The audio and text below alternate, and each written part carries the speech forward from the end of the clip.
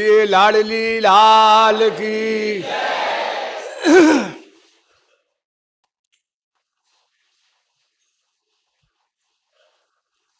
अब तक मैंने आप लोगों को यह बताया कि भागवत ग्रंथ समस्त आप ग्रंथों के शिरोमणि है।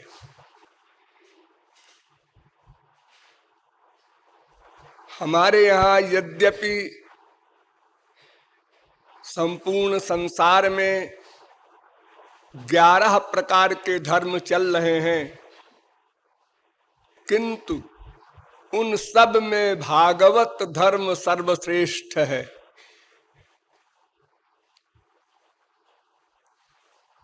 जापान में शिंतो धर्म चलता है, चाइना में ताओ या लाओत्सी धर्म, और दूसरा धर्म है कन्फ्यूशियन धर्म। चीन में 2 धर्म हैं और एक यहूदी धर्म।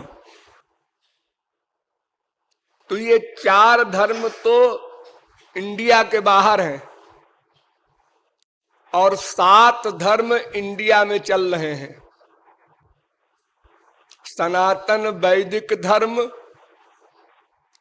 बौद्ध धर्म, जैन धर्म, सिख धर्म, पारसी धर्म, इस्लाम धर्म, क्रिश्चियन धर्म।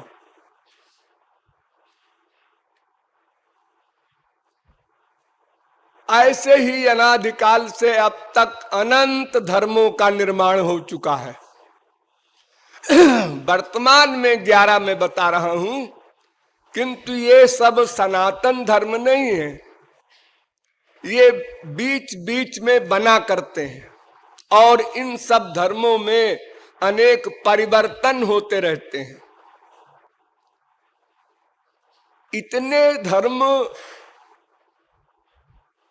क्यों बने और इन सब धर्मों में कौन धर्म सही है, हम किसको अपनाएं,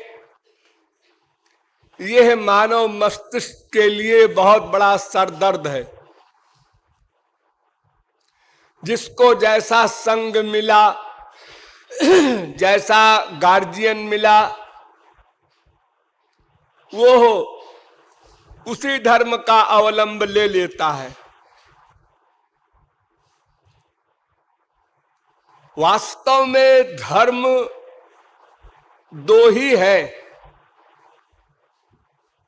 एक भौतिक धर्म, एक आध्यात्मिक धर्म। अब इन 2 धर्मों में अनेक शाखाएं बन गई हैं, इसलिए अनेक धर्म हो गए। और 2 धर्म ये ऐसे हैं जो कंपलसरी हैं। ये 2 धर्म नित्य है। प्रत्येक शरीरधारी के लिए ये दोनों धर्म आवश्यक हैं। क्यों? इसलिए कि हम 2 हैं। हम 2 हैं। हम तो सदा अपने आप को अकेला फील करते हैं। मैं अकेला जो सोच रहा हूं कोई नहीं जानता। जो मैं जागृत में था वही मैं सपना देख रहा था, वही मैं गहरी नींद में सो गया था, वही मैं जाग रहा हूं। जो 10 साल पहले मैं बंबई गया था वही मैं इस समय मनगढ़ में हूं। एक मैं का हम लोग अनुभव करते हैं सदा, सर्वत्र, जागृत स्वप्न सुषुप्ति सर्वत्र। हाँ, ये सही है, किंतु हम नाम के तत्व के विषय में, अर्थात मैं क्या है, 2 पार्टी हो गई है। एक पार्टी कहती है यह चेतन शरीर मैं है, चेतन शरीर। और दूसरी पार्टी कहती है नहीं, केवल चेतन मैं है। मैं इस शरीर से पृथक है, शरीर मेरा है और शरीर का निर्माण और तत्वों से हुआ है और मैं और तत्व का हूं, दोनों विरोधी तत्व हैं। जैसे मैं सनातन हूं, अनाद्य हूं, अनंत हूं, आज हूं, भगवान का अंश हूं। इसका मतलब एक भगवान भी है जिसका मैं अंश हूं। हाँ, समस्त धर्मों में जितने धर्म मैंने गिनाए, इन सब लोगों ने भगवान माना है, किसी रूप में माना हो, माना है। भगवान के अनंत रूप हैं, अनंत नाम है और भगवान ने कहा भी है, तुमको जो अच्छा लगे वो मेरा नाम रख दो, जो रूप अच्छा लगे वो रूप मान लो, कोई रूप ना अच्छा लगे तो निराकार मान लो, मैं वो भी हूं। ये सुविधा है। तो ये शरीर पंच महाभूत का है, माया का बना है, अर्थात तीन तत्व हैं, ज्ञा ज्ञो द्वा वजा वेदा। एक वो, एक मैं, एक ये है।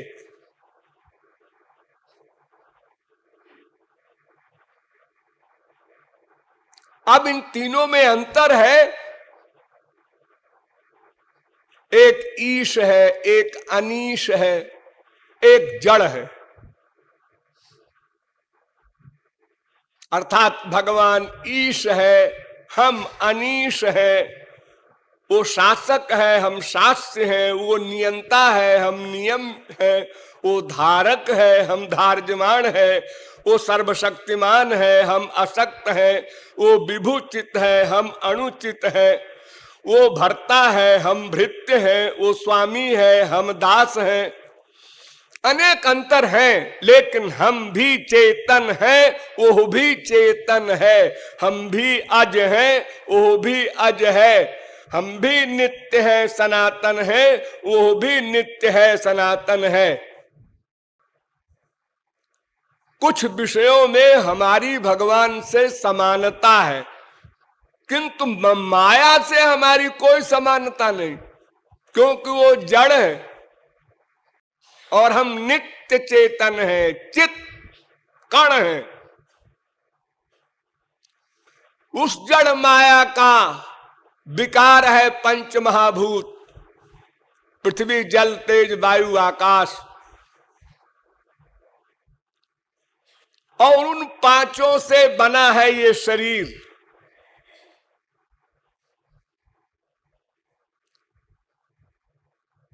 तो संसार नश्वर है, अनित्य है, इसलिए शरीर भी अनित्य है। डेली आप लोग देखते हैं, आज वो मर गया। क्या मर गया? कौन मर गया? रमेश मर गया। रमेश मर गया। कौन है रमेश? आत्मा या शरीर? नहीं, वो तो चला गया, चेतन चला गया, अब उसका शरीर है, उसको जलाने जा रहे हैं। अगर जिंदा को जलाओ तो फांसी होगी, वेद के अनुसार भी महापाप होगा।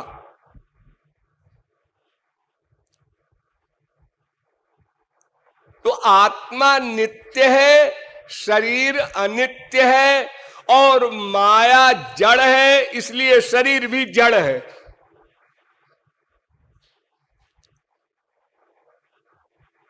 इस आत्मा की चैतन्यता पाकर शरीर चैतन्यवत वर्क करता है।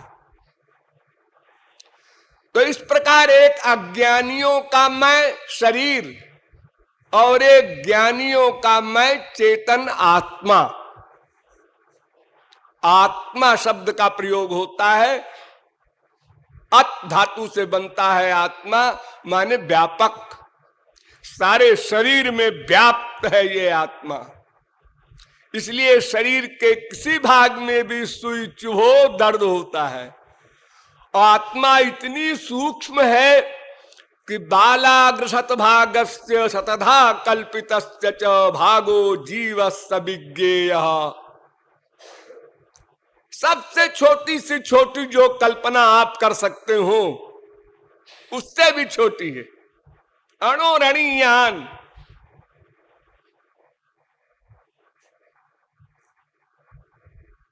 अणु शब्द केवल लिखा है शास्त्रों वेदों में, एषोणुरात्मा,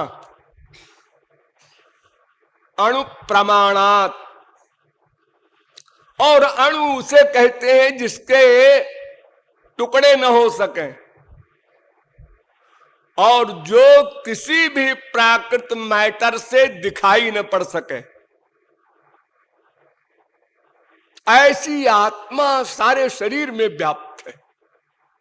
कितना बड़ा आश्चर्य है, इतनी छोटी आत्मा इतने बड़े शरीर में। अरे मनुष्य का शरीर क्या, हाथी के शरीर में भी, चींटी के शरीर में भी।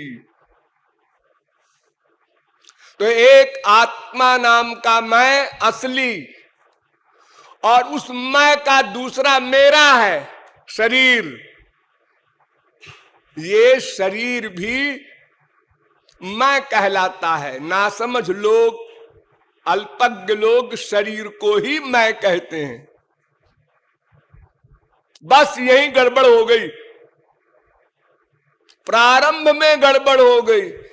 जिसने शरीर को मैं माना उसने शरीर संबंधी सुखों का एम बना लिया। इंद्रियों को इंद्रियों का विषय दो और उससे सुख भोगो। जैसे चारवाक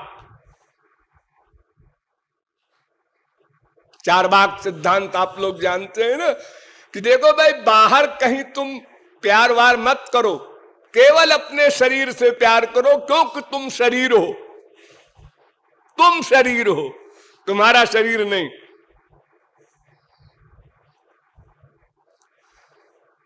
तो हम लोग भले ही वैष्णवों में नाम लिखा ले, शैवों में लिखा ले, शाक्तों में लिखा ले, किंतु अपने को देह मानते हैं। जिस दिन जिस क्षण अपने को आत्मा मान लेंगे उसी क्षण हमें अज्ञान से अवकाश मिल जाएगा। परमानंद, परम ज्ञान, भगवत प्राप्ति सब कुछ मिल जाएगी। सुनते हैं, पढ़ते हैं, जानते हैं, लेकिन मानते नहीं। जैसे भगवान की परिभाषा हम बोलते हैं, सर्वव्यापक है, हर धर्म वाला बोलता है भगवान सर्वव्यापक है। भगवान प्रत्येक जीव के साथ उसके अनंत जन्मों के अनंत कर्मों को नोट करता है, कर्म फल देता है। लेकिन क्या प्रैक्टिकल हम मानते हैं? अकेले में सोचें, अगर हम ये मान लें तो हमसे कोई अपराध हो ही नहीं सकता, क्योंकि वो बैठा देख रहा है, नोट कर लेगा। हम संसार के भय से अनेक अपराध से बच जाते हैं, संसार के डर से। अगर भगवान का भय हो, अर्थात ये फेथ हो कि वो हमारे भीतर बैठा हुआ हमारे आइडियाज नोट कर रहा है, हमारे संकल्प नोट कर रहा है, तो फिर हम कोई अपराध कर ही नहीं सकते। फिर अपने को देह मान ही नहीं सकते, फिर देह के इंद्रियों के विषयों में हम भाग ही नहीं सकते। आत्मज्ञानी उसे ही कहते हैं। तो चूंकि एक ज्ञानियों का मैं है, एक अज्ञानियों का मैं है, इसलिए दो प्रकार के धर्म भी हैं, एक आत्मा का धर्म और एक शरीर का धर्म। किंतु ध्यान दीजिए, कोई आत्मा को ही मैं मानने वाला हो, किंतु शरीर तो है उसके। बिना शरीर के कोई आत्मा नहीं रहती।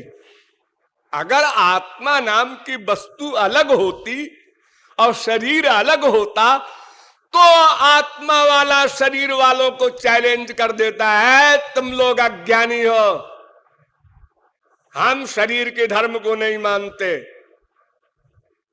लेकिन शरीर तो नित्य साथ लगा है, स्थूल शरीर, कारण शरीर, इसके सूक्ष्म शरीर, इसके आगे भगवत प्राप्ति होने पर भी गोलोक में दिव्य अलौकिक चिन्मय शरीर।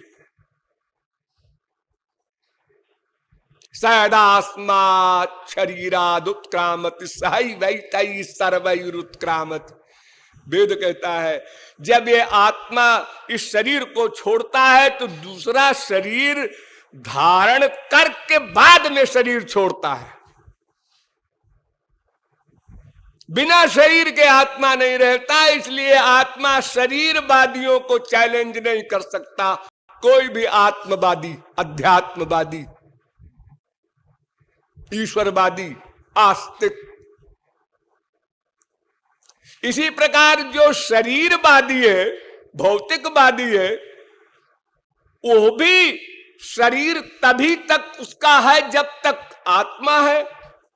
इसलिए वो अकेला तो शरीर रह नहीं सकता, ढह जाएगा, 24 घंटे में सड़ जाएगा। जब चेतन नहीं तो फिर वो शरीरवादी कहां रहा और शरीर ही कहां रहा। इसलिए चूंकि शरीर बिना शरीरी के नहीं रह सकता, इसलिए शरीरी की बात को भी मानना पड़ेगा शरीर वालों को। अच्छा, मोटी अकल में समझिए, हमारे पास दो चीज है, एक बाहर की, एक भीतर की। बाहर की ये इंद्रियां बहिर्मुखी है, परांचखान व्यतृणत स्वयंभू, वेद कहता है। और एक अंदर है जहां से हमारे आइडियाज बनते हैं, इच्छाएं बनती हैं, ज्ञान आदि सब कुछ का जो भंडार है वो भीतर है। तो बाहर वाली वस्तु जो है वो भी आवश्यक है और भीतर वाली जो वस्तु है वो भी आवश्यक है। देखो, आज विश्व में भौतिकवादियों ने बड़े बड़े आविष्कार कर लिए, atom bomb, hydrogen bomb, neutron bomb, खोपड़ा बम। अब बना तो लिए, अब फिर मीटिंग हो रही है इसको समाप्त किया जाए। ध्यान दीजिए, ये अरबों खरबों डॉलर तो लगा बनाने में, अब फिर करोड़ों डॉलर लगेगा इसको नष्ट करने में।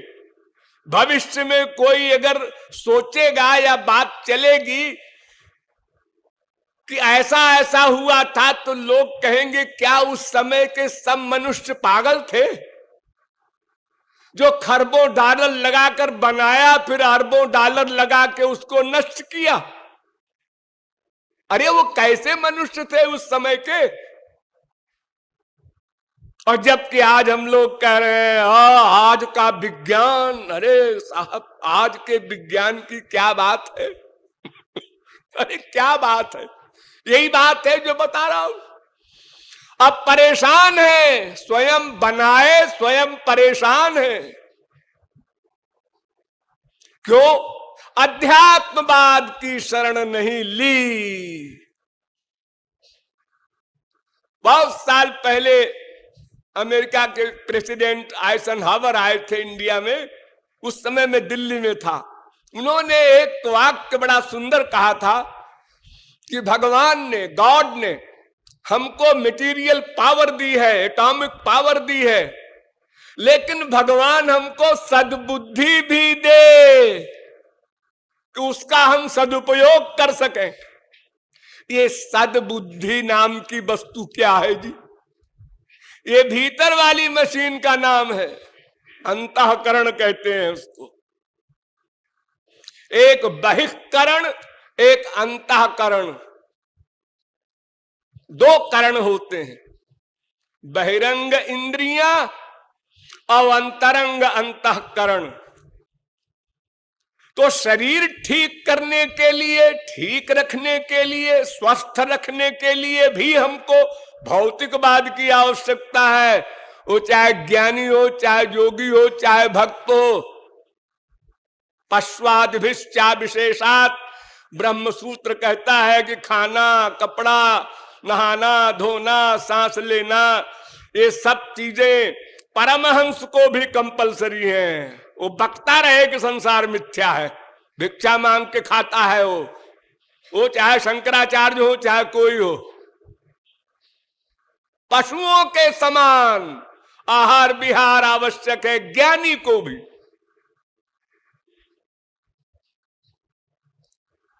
तो शरीर है, तो शरीर जिससे रहता है वो सामान शरीर को देना होगा। और अगर उसकी शरण लिया तो अध्यात्मवादी का एक चैलेंज गलत है कि ये सब बेकार है। बेकार है? अरे 24 घंटे नहीं रह सकते श्रीमान जी, बेकार की बात करते हैं। अच्छा, हमारी पृथ्वी की हवा मत लो। तुम आत्मा हो? हाँ। अध्यात्मवादी हो? हाँ। तुम भगवान को मानते हो? हाँ। अच्छा ठीक है, हमारे संसार में ये पृथ्वी, जल, तेज, वायु, आकाश 5 तत्व हैं। इन 5 को मत लो। आकाश में न बैठो, हवा भी न लो, जल भी न पियो, कोई चीज ग्रहण न करो। और अगर बाहर से न भी ग्रहण करोगे तो शरीर तो है, उस शरीर को क्या करोगे? आत्महत्या करोगे? अपना मर्डर करोगे? वो तो महापाप। सोचना आत्महत्या महापाप है, करना तो बहुत दूर की बात। तो जैसे अध्यात्मवादी को भौतिकवाद की आवश्यकता है क्योंकि शरीर है, उसी प्रकार भौतिकवादी को अध्यात्मवाद की आवश्यकता है क्योंकि अंतःकरण है। उस भीतर की मशीन को ठीक करने के लिए अध्यात्मवाद आवश्यक है। देखिए, जो अध्यात्मवाद का सिद्धांत बोलता है वही सिद्धांत रशिया, चाइना भी बोलता है। इंडिया क्या, जो कम्युनिज्म जहां पर है वो भी वही बात बोलता है। क्या? विश्व शांति, विश्व शांति, शांति, पीस, हैप्पीनेस।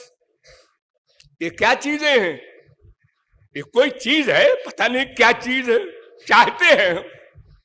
और अध्यात्मवाद को नहीं मानेंगे। ना ना ना ना, भगवान को सामने मत लाओ, हमारा भौतिकवाद का उत्थान बिगड़ जाएगा, डगमगा जाएगा। अरे अगर तुम उसको नहीं स्वीकार करोगे तो भीतर की मशीन ठीक ही न होगी। तो ये शांति और सुख, ये सब क्या, ये सब थ्योरेटिकल रहेगा। खाली मुंह से बोला करेंगे, सब भाईचारा करो, शांत रहो, दूसरे को कष्ट मत दो, ऐसे ही बोला करेंगे। नीचे से लेकर प्राइम मिनिस्टर तक हर देश के हर व्यक्ति बोले जाओ ऐसे ही। ये कैसे हो? लोभ न करो, क्रोध न करो, ईर्ष्या न करो, द्वेष न करो, दूसरे का नुकसान न करो। लेकिन कैसे न करे ये हम नहीं जानते, बस ना करो। पागल है। अरे भाई उपाय भी तो बताओ। बस ना करो, बस यही उपाय है। ऐसा नहीं है, किसी भी प्राप्तव्य के लिए साधन हुआ करता है। तो भौतिकवादियों तुम लोग बताओ ना, क्या साधन है तुम्हारे पास कि लोगों के आइडियाज खराब ना हो। जब हमारा उद्देश्य ही है संसार में सुख है ये मानना, तो फिर संसारी वस्तु पाने के लिए हम मक्कारी क्यों ना करेंगे? कौन रोकेगा हमको? कोई कानून रोक सकता है? कानून से बचने के लिए भी कानून है। इतने सारे कानून दुनिया में बने हुए हैं, लेकिन नंबर 2 का काम क्यों हो रहा है? कानून बनाने वालों को भी पता है, कानून के पालन कराने वालों को भी पता है, और कोई नहीं मिटा सका, ना मिटा सकेगा। अनंत कोटि कल्प में नहीं मिटा सकता कोई भी देश, कोई भी गवर्नमेंट। क्यों? इसलिए कि ये जिस कारण से है उस कारण को नहीं मिटाना चाहते आप अपने को शरीर मानते हैं और शरीर की इंद्रियों के सुख को अपना उद्देश्य मानते हैं। इसलिए इंद्रियों के विषयों को पाने के लिए अनेक प्रकार के अनाचार, दुराचार, भ्रष्टाचार, पापाचार होंगे, उसे कोई रोक नहीं सकता। ये जहां से पैदा होते हैं वो मशीन तो भीतर लगी है, अंतःकरण। उस मशीन को ठीक करो तो ये सब अपने आप ठीक हो जाए, ना कोई गवर्नमेंट की जरूरत। हमारे इतिहास में ऐसे ऐसे राजा हुए हैं, नमेस्तेनो जनपदे, ताले नहीं लगते थे। हमारी इंडिया में ही हिस्ट्री मौजूद है। और आज बैंक में जहां ड्यूटी है गार्डों की, बंदूकों के साथ, वहां भी चोरी हो रही है, डकैती हो रही है। लगाओ कितना प्रबंध करोगे तुम? फौजें लगी हुई हैं, 10-10 साल, 20-20 साल हुए जा रहे हैं, लेकिन आतंकवाद समाप्त नहीं हो रहा है। लगाओ खूब खोपड़ी अपनी। अंतःकरण की मशीन को ठीक करना होगा। बिना उस मशीन को ठीक किए ये बाहर का व्यवहार सही नहीं हो सकता। बाहर तो वही आएगा ना जो भीतर से आएगा। जब भीतर गड़बड़ है तो बाहर ठीक कैसे होगा?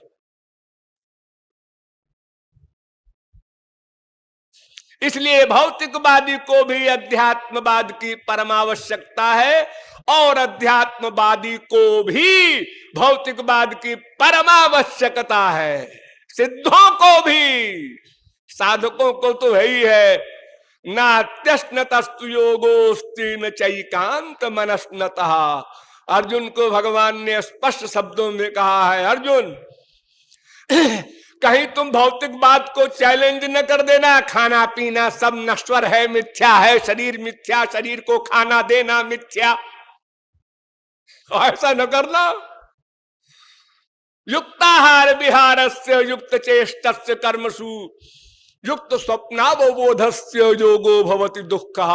वो कर्म योग हो, ज्ञान योग हो, भक्ति योग हो, कोई योग हो, शरीर रखना है। अगर शरीर रोगी हो गया, कोई विटामिन नहीं पहुंचा, कोई प्रोटीन ठीक ठीक लिमिट में नहीं पहुंचा, तो फिर शरीर में रोग होगा। तो जब आप अध्यात्मवादी साहब, जब आप भगवान का ध्यान करेंगे तो जो दर्द हो रहा है पेट में उसका ध्यान होगा, फिर ब्रह्म का ध्यान नहीं होगा। इसलिए ये दोनों भोले भाले हैं जो एक दूसरे मत का खंडन करते हैं। जैसे शरीर और शरीरी का नित्य संबंध है, ऐसे ही अध्यात्मवाद और भौतिकवाद का नित्य संबंध है। एक के बिना दूसरे का काम नहीं चलेगा। भले ही ये सही है कि भौतिकवाद से परमानंद नहीं मिलेगा, ये वाक्य सही है। अध्यात्मवाद से परमानंद मिलेगा, ये वाक्य सही है। लेकिन भौतिकवाद की आवश्यकता तब तक है जब तक अध्यात्मवाद की अंतिम सीढ़ी पर पहुंचकर भगवत प्राप्ति कर भगवान के लोक न चले जाओ।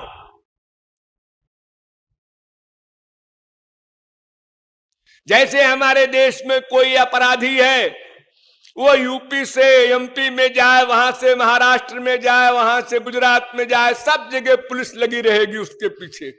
अब अगर इंडिया छोड़कर चला गया अमेरिका, आप बच गया। वहां जाकर इंडिया की पुलिस गिरफ्तार नहीं कर सकती। तो उसी प्रकार जो भगवान के लोक में चला गया, अब उसको भौतिकवाद की आवश्यकता नहीं है, क्योंकि वहां माया जा ही नहीं सकती। न कोई भौतिकवाद का शरीर है, न कोई भौतिकवाद का प्रपंच है, न वासना है, कुछ नहीं। वे चैलेंज कर सकते हैं गोलोक वाले, वैकुंठ वाले, भगवत धाम वाले, उसके पहले नहीं। हम लोग सिद्धों की नकल करना चाहते हैं, ऐसा नहीं चलेगा। छोटे से बच्चे को मां बड़े धीरे से नहलाती है, धीरे से तेल लगाती है, और जब वो दारा सिंह बन जाता है तो 4 आदमी उसको लगातार घूंसे मारते रहते हैं। अब अगर दारा सिंह वाला घूंसा उस तुरंत के पैदा हुए बच्चे को लगा दो तो एक घूंसा पर्याप्त है। तो सिद्धों की नकल नहीं होती। जो भगवान के लोक में है वो कहा करें संसार मिथ्या है। ठीक है, आपके लिए मिथ्या है महाराज, हमारे लिए तो नहीं है। तो इस प्रकार जितने भी 11 धर्म वर्तमान में हैं, या अनंत धर्म बन चुके या आगे बनेंगे, वे सब इन 2 धर्मों के अंतर्गत हैं। अब अध्यात्म धर्म में भी 2 प्रकार का धर्म है, ध्यान दीजिए। अध्यात्म धर्म में भी 2 प्रकार का धर्म है। ये मैंने आप लोगों को अभी कुछ दिनों पहले बताया था। एक परधर्म, एक अपर धर्म। एक धर्म यहां भी नश्वर है और एक धर्म सनातन है, नित्य है, अनश्वर है। और दोनों का निरूपण वेदों में, शास्त्रों में, पुराणों में सर्वत्र है। एक धर्म का नहीं, दोनों का। और वे दोनों धर्म भी अध्यात्म धर्म और भौतिक धर्म कहे जा सकते हैं। जैसे एक धर्म मैंने आपको बताया था, वर्णाश्रम धर्म, वेद विहित है। मैं ब्राह्मण हूं, मैं क्षत्रिय हूं, मैं वैश्य हूं, मैं शूद्र हूं, ये वर्ण। मैं ब्रह्मचार्य आश्रम में हूं, मैं गृहस्थ में हूं, मैं वानप्रस्थ में हूं, मैं सन्यास में हूं, ये आश्रम। तो वर्ण आश्रम कंबाइंड, इसको वर्ण आश्रम धर्म कहते हैं। इसका निरूपण तो 90% है वेद में, कर्मकांड। और दूसरा धर्म है जो नित्य है। वो कहता है कि कुछ मत धारण करो, तुम आत्मा हो, परमात्मा के अंश हो, केवल परमात्मा को धारण करो। ध्यान दीजिए, अब 3 धर्म हो गए। कर्म कांड का पालन करो, वर्णाश्रम धर्म का पालन करो, जैसा वेद कहता है उसी प्रकार 100%। ध्यान दो एक एक शब्द के ऊपर। जैसा वेद कहता है श्रुति स्मृति के अनुसार 100%। पालन करते हुए वर्णाश्रम धर्म को मानो और प्रैक्टिकल पालन करो। एक तो ये हो गया। दूसरा, नहीं नहीं, इसका फल स्वर्ग है, वो नश्वर है, इसी संसार की भांति है, वहां भी माया का आधिपत्य है, वहां भी त्रिगुण त्रिकर्म त्रिदोष पंचक्लेश पंचकोश का आधिपत्य है। इसलिए ऐसे स्वर्ग के लिए इतना बड़ा लेबर किया जाए, वर्णाश्रम धर्म की समझो, नॉलेज प्राप्त करो, फिर प्रैक्टिकल हो। ये कलयुग के शरीर के और नॉलेज के और मस्तिष्क शक्ति और धारणा शक्ति के बाहर है।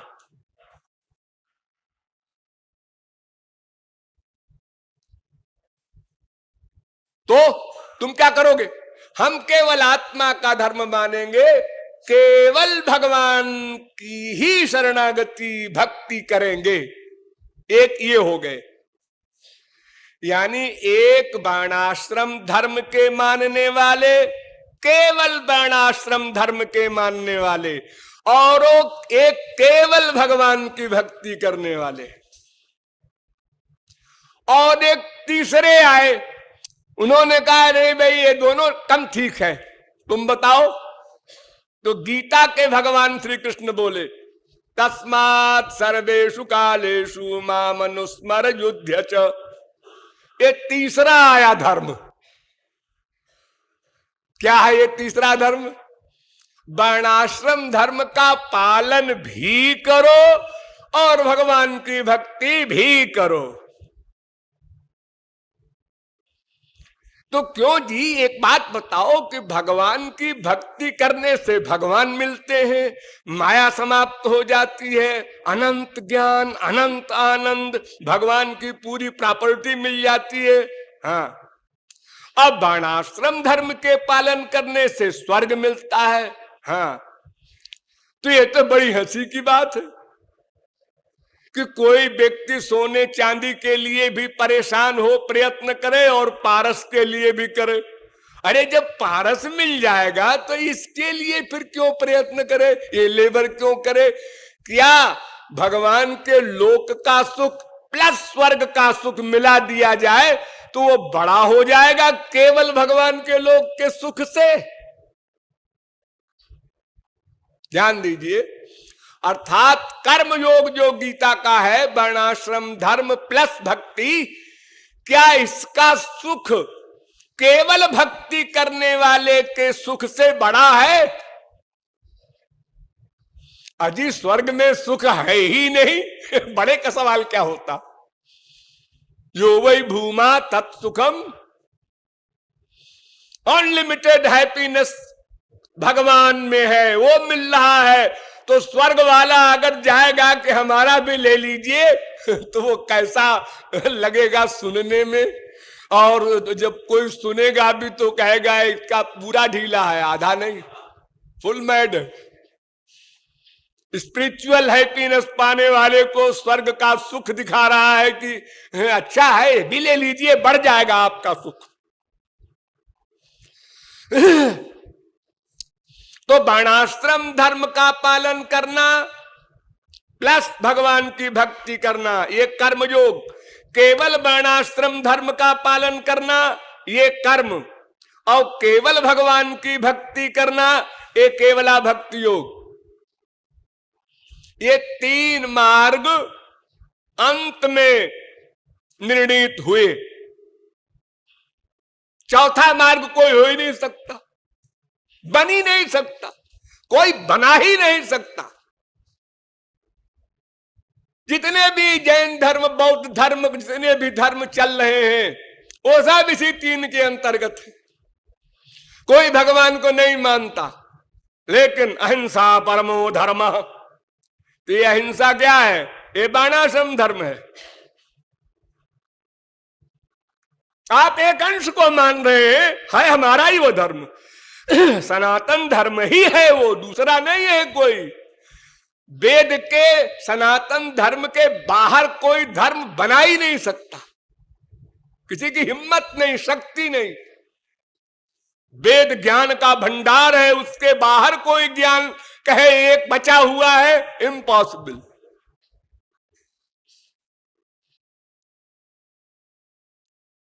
तो वर्णाश्रम धर्म भी पालन किया जाए और भक्ति भी की जाए, इसका भी वही फल,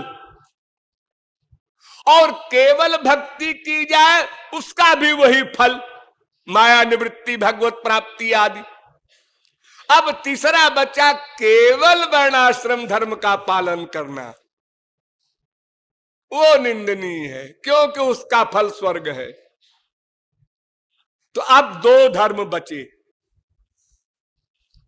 एक कर्म प्लस भक्ति और एक भक्ति। अब क्यों जी, जब दोनों का एक फल है तो हम कर्म का लेबर क्यों करें? जब दोनों का एक फल है तो हम क्यों मुसीबत मोल लें, इतना बड़ा ज्ञान प्राप्त करें, कर्म क्या है धर्म क्या है, और फिर वर्तमान एटमॉस्फेयर में तो असंभव है।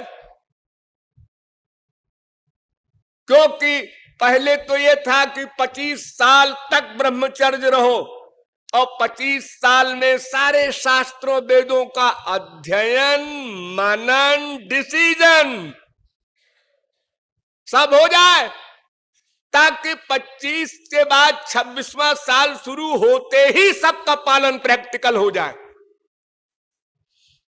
तो ऐसी प्रतिभा तो विश्व में एक में भी नहीं है, सबसे क्या आशा की जाए? अरे एक शब्द की नॉलेज, ग्रामर, व्याकरण भी नहीं कर सकता कोई 25 साल में। डिग्री लेना अलग बात है लेकिन नॉलेज, ज्ञान उसका पूरा। तो फिर इसके आगे एक एक शास्त्र, 6 शास्त्र, वेद, पुराण, स्मृतियां, धर्म ग्रंथ, इन सब का ज्ञान हो जाए, और इनमें जो विरोधाभास है उसका डिसीजन भी हो जाए, तो ये सब असंभव बातें हैं। इसलिए उन पुराणों ने, शास्त्रों ने स्पष्ट कर दिया है कि कलयुग में ये सब नहीं चलेगा। कृते अध्याय तो विष्णुम त्रेतायाम जजतो मखई द्वापरे परिचर्यायाम कलौ तद्धरि कीर्तनात् कालीन ही धर्म ना भक्ति विवेकु राम नाम अवलंबन एकु। यहां पर भक्ति शब्द आया है, ये वैधि भक्ति के लिए आया है। वैधि भक्ति में भी शास्त्र की अनुगति करनी होती है, वहां भी शास्त्र खड़ा हो गया आकर के। लेकिन रागानुगा भक्ति एक होती है जो आप लोग कर रहे हैं, इसमें वो बीमारी नहीं है। इसलिए वैधि भक्ति कलयुग में कठिन है, रागानुगा भक्ति कठिन नहीं। तो कर्म होना भी असंभव है उसका। इस वर्तमान काल में एक यज्ञ करना है किसी को, तो यज्ञ का सामान लाओ, वहां भी शर्त शुक्ल द्रव्य होना चाहिए। शुक्ल माने वर्णाश्रम धर्म के अनुसार कमाई हुई संपत्ति में 10% दान करने के बाद जो कुछ बचे, ऐसे पैसे का उपयोग हो यज्ञ में। लो, यही असंभव है, क्योंकि वर्णाश्रम धर्म के अनुसार कौन कर रहा है कि ब्राह्मण का केवल काम है पढ़ना पढ़ाना, क्षत्रिय का काम है युद्ध करना। अजी कितने ब्राह्मण फौज में हैं, कितने ब्राह्मण नौकरी कर रहे हैं, कितने ब्राह्मण खेती कर रहे हैं, कितने बिजनेस कर रहे हैं, कहां किसका कैसा हिसाब। अब तो वो सामान जो आ रहा है यज्ञ के लिए वही गलत हो गया। फिर कराने वाले पंडित जी कैसे हैं, उनके लिए भी कानून है वेद में, कोई पंडित नहीं मिलेगा। फिर जो मंत्र बोल रहे हैं वो कितना स्वर सहित करेक्ट है, वो भी दीपक लेके ढूंढोगे तो नहीं मिलेगा। एक नहीं 6 कानून है। षड्भी संपत्ति धर्म तेति दुर्लभ तारा कलौ।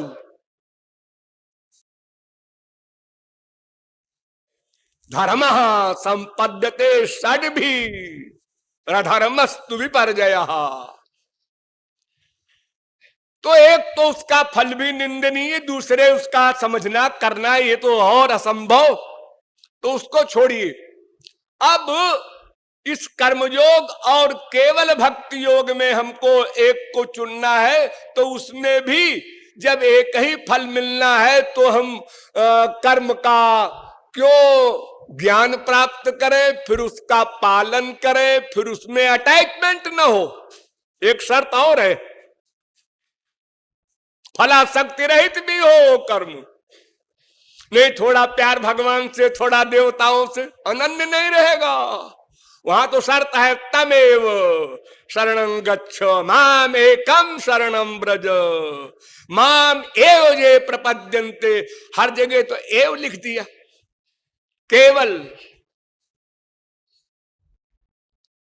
तो जब एव की शर्त है, माने ही केवल भगवान में ही मन बुद्धि का अटैचमेंट हो, सरेंडर हो, शरणागति हो, तो फिर और चीजों से दूर ही रहो। तो गीता में जो कर्मयोग का निरूपण है वो इसलिए है कि उस समय बड़े बड़े राक्षस थे, श्री कृष्ण को मरवाना था, इसलिए उन्होंने अर्जुन को यह उपदेश दे दिया। लेकिन भागवत में केवल भक्ति योग है, इसलिए जहां गीता की फिलॉसफी समाप्त हो जाती है वहां से भागवत का प्रारंभ होता है। गीता की फिलॉसफी का एंड क्या? अहं त्वाम सर्व पापेभ्यो मोक्षयिष्यामि। अच्छा, मोक्षयिष्यामि, समस्त पापों को मिटा दिया, वो मुक्त हो गया अर्जुन, ज्ञानी बन गया। हाँ बन गया, गीता का एंड हो गया। हाँ बस हमारा यही पर्पस था। वो पहले अध्याय में अज्ञानी था, 18 अध्याय का खोपड़ा भंजन करने के बाद उसको ज्ञानी बना दिया, बस बस गीता खत्म हो गई। और भागवत जब वो ज्ञानी बन गया सुखदेव परमहंस, और वो ज्ञानी बन गया परीक्षित, मां के पेट में ही दोनों। सुखदेव परमहंस भी मां के पेट से नहीं निकले 12 साल तक, पहले श्योरिटी हो जाए माया नहीं लगेगी, लिखा पढ़ी हो जाए, गारंटी ले लिया तब निकले। और परीक्षित को भी भगवान ने गर्भ में दर्शन दिया बाकायदा। जब परीक्षित बाहर आए तो पहले यही देखने लगे कि वो भीतर जो हमने देखा था वो किधर बैठा है इन लोगों में, साधना भवन में। हाँ, तो देखो जहां गीता समाप्त होती है वहां से भागवत प्रारंभ होती है। ये भागवत धर्म है, यानी कर्म धर्म भी कैतव है, डिस्टर्बेंस है वो भी। उसको पढ़ो, समझो, खोपड़ी में रखो, पालन करो, और उसमें आसक्ति भी न हो और उसका फल भी नहीं मिलना। तो इतना बड़ा परिश्रम क्यों किया जाए, निरर्थक।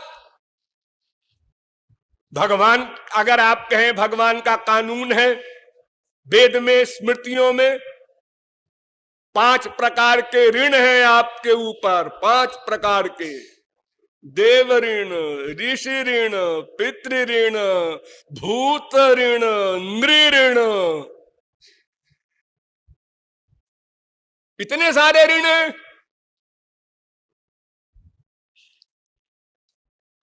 वेद का अध्ययन आदि करो तो ऋषि ऋण से उऋण हो, यज्ञ आदि करो तो देव ऋण से उऋण हो, और संतान पैदा करो और पिंडदान श्राद्ध वगैरह करो तो पितृ ऋण से उऋण हो, और जितने संसार में पशु पक्षी हैं इनसे भी तुम्हारा उपकार होता है, इनको बलि वैश्व देव दो, अन्न वगैरह दो, इससे भूत ऋण से उऋण हो। और जो तुम्हारे घर में माँ बाप बेटा स्त्री पति वगैरह हैं, इनका भी तुमसे संबंध है, तुम्हारा इनसे स्वार्थ है, इसलिए इनका पालन पोषण भी ठीक ठीक करो, इनको छोड़ के मत भागो, ये नृ ऋण है। तो ये 5 ऋण तुम्हारी खोपड़ी पर है और तुम बाबा जी बन रहे हो, वेद कह रहा है। नहीं नहीं, वही श्री कृष्ण कह रहे हैं, देवर्षि भूताप्त नृणाम पितॄणाम न किंकरो नाय नृणी चराजन। ये 5 ऋण उसके लिए कंपलसरी है जो मेरी शरण में नहीं आता। नथिंग से समथिंग अच्छा है, आवारा ना हो, इसलिए 5 ऋण के मैंने कानून बना दिए कि वो पहले नियम में बंधे। यही बात गीता में भगवान ने अर्जुन से कही थी कि भाई संन्यास कर्म योगश्च निःश्रेयस करौ उभौ, दोनों कल्याणकृत हैं। लेकिन एक बात है कि अगर कोई कर्म योग में रहे तो उसकी नकल करने वाला योग की नकल तो होगी नहीं, वो अंतःकरण से भगवान में मन लगाना होता है। लेकिन कर्म की नकल तो हो जाएगी, तो कम से कम कर्मी तो रहेगा, वो उच्छृंखल तो नहीं होगा। लेकिन अगर केवल भक्त योग का पालन करोगे और किसी ने नकल किया तो वो कर्म धर्म भी छोड़ देगा। और भक्ति करना तो प्रैक्टिकल चीज है, अंतःकरण से होती है, वो खाली एक्टिंग करेगा। एक्टिंग माने थियोरिटिकल। तो विकर्मी से कर्मी अच्छा है, इसलिए अर्जुन तू युद्ध कर। अब असली मतलब तो ये था कि हमको मरवाना है इन राक्षसों को तेरे द्वारा, इसलिए तू कर्मयोग का पालन कर। लेकिन भागवत में प्रारंभ से ही धर्म प्रोज्झित कैतवः, सबको कैतो बता दिया, धर्म अर्थ काम मोक्ष तक को। इसलिए कोई कायदा कानून वैदिक स्मार्ट किसी प्रकार का त्यक्त्वा स्वधर्मम चरणाम्बुजम हरे, वहां कोई प्रश्न नहीं है कि आप किसी ऋण के उऋण कर होने के लिए प्रयत्न कीजिए या कोई आपका और धर्म है। बस एक ही धर्म है, सर्व वेदांत सारम ही श्री भागवत मिष्यते। पूरी भागवत सुनाने के बाद सुखदेव परमहंस कहते हैं परीक्षित से, 11वें स्कंध के अंत में, परीक्षित जितने वेदांत हुए हैं होंगे, सबका सार है ये भागवत ग्रंथ। भागवत शब्द का अर्थ ही होता है कि केवल भगवान, उनका नाम, उनका रूप, उनका गुण, उनकी लीला, उनके धाम और उनके संत में ही मन का अटैचमेंट हो, नीचे न उतरो। वो कितनी बड़ी पर्सनालिटी हो, सूर्य चंद्रमा बना देने वाला हो, विश्वामित्र के बराबर वो योगीश्वर हो, फिर भी वो महापुरुष नहीं। जिसने भगवत प्राप्ति की है केवल उसी की शरण में जाओ और भगवान की शरण में जाओ। अगर भगवत प्राप्ति से एक परमाणु भी अभी नीचे है तो सावधान, उसकी शरणागति ना करो। भावो प्रभाव मायाति, एक परमाणु पीछे है भगवान की प्राप्ति से, लेकिन अभी इतना बड़ा खतरा है कि अभाव मायाति, वो कुकर सूकर जोनियों में जा सकता है, पतन हो सकता है, क्योंकि सारी बीमारियां उसके पास है अभी, सारी राग द्वेष काम क्रोध लोभ मोह ईर्ष्या द्वेष द्वंद्व त्रिगुण त्रिकर्म त्रिदोष पंचक्लेश पंचकोश, ये जितनी बीमारियां हैं भयानक, ये सब हैं, ये भगवत प्राप्ति पर ही समाप्त होंगी। जैसे एक पारस है, एक लोहा है, पास आए और पास आया और पास आया और पास आया। अब अगर बिल्कुल पास आकर के भी लापरवाह हो जाए लोहा, अरे अब क्या है, ले लिया, क्या ले लिया, पारस का स्पर्श, और वहीं पर अहंकार के कारण पतन हो गया तो फिर चला आया नीचे। बड़े बड़े बड़े जीवन मुक्ता पुनर्बंधनम जानति कर्म भी इतिहास भरा पड़ा है।